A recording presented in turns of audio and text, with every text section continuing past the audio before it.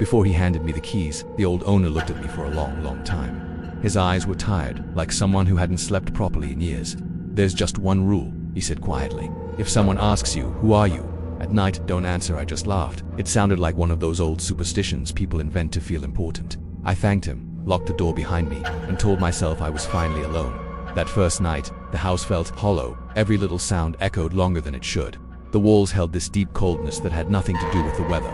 But I was exhausted from the move, so eventually I fell asleep. At exactly 3:17 a.m., I woke up. It wasn't because of a sound, it was because of the sudden total silence.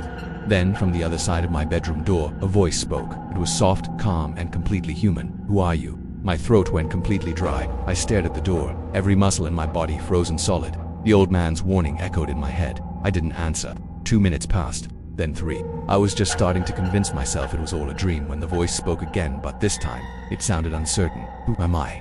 My heart started pounding against my ribs. That voice, it wasn't unfamiliar. It sounded exactly like me. I pulled the blanket tighter around myself, holding my breath so I wouldn't make a sound. The floorboards outside creaked faintly, as if someone was shifting their weight right outside my door.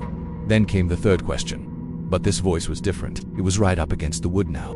So close I could almost hear the breath behind the words. "Please tell me, how did I get inside?" That's when the fear drowned out all logic. My thoughts just collapsed into pure panic. I needed it to stop. I needed answers, so I screamed back, "Who are you?" The moment the words left my mouth, the door handle began to turn. Slowly, painfully, the door swung open to an empty hallway. There were no footsteps, no shadow, nothing, but the bathroom light was on. I walked toward it, each step feeling heavier than the last. When I got there, the mirror was completely fogged up, as if someone had just breathed all over it. I wiped it clean with my sleeve, and there I was standing in the mirror. But I wasn't smiling. My reflection was, its eyes were wrong. They were too focused, too alive. It raised its hand, and I felt something cold and tight grab my own wrist. The reflection leaned closer, its lips stretching into an unnatural grin. "Thank you," it whispered from the glass. "Now I remember who I am." The mirror rippled like water. And then, everything went dark. The next morning, the neighbors called the police. They'd heard a crash during the night. The officers said the house was locked from the inside. They found a body on the bathroom floor. My body, and written on the mirror carved with a finger into the glass were 4 words. I found the answer.